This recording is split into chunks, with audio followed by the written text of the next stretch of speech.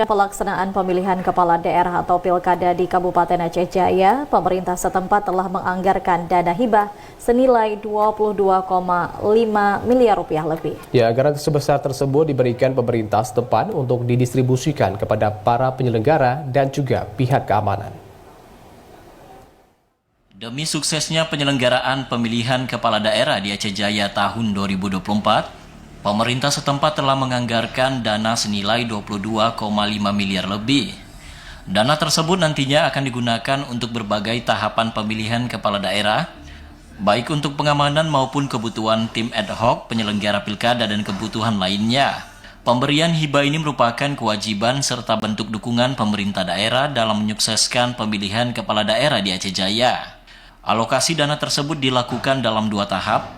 Pertama dilaksanakan dari anggaran perubahan 2023 dan sisanya melalui APBK murni 2024. Anggaran Pilkada Aceh Jaya dialokasikan kepada KIP setempat senilai 20 miliar, sementara untuk pihak keamanan dari Polri senilai 2 miliar dan 500 juta rupiah untuk pihak TNI.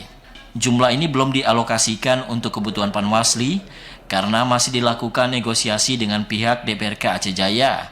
Kepala Badan Kesbangpol Aceh Jaya, Lukman Hakim mengatakan, untuk anggaran pilkada pihaknya telah menyalurkan sebesar 5 miliar kepada KIP pada tahun 2023 dari anggaran yang dibutuhkan.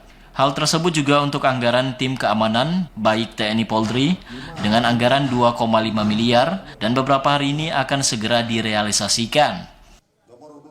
Rencana kita di tahun 2024 ini, tahap kedua kita akan menyalurkan sebesar 15 miliar rupiah. Dan itu sedang dalam proses, sedang kita proses. Juga begitu juga dengan Panwasli sedang negosiasi, berhubung anggota Panwasli juga baru terbentuk dan kita sudah berbicara, sudah berdiskusi dengan pihak DPKD membahas berapa kira-kira yang bisa kita berikan ke Panwasli. Saat ini pemerintah setempat juga sedang melakukan pembahasan terkait berapa banyak dana yang akan diberikan kepada Panwasli. Dari Aceh Jaya, Musliadi, TVRI Aceh melaporkan.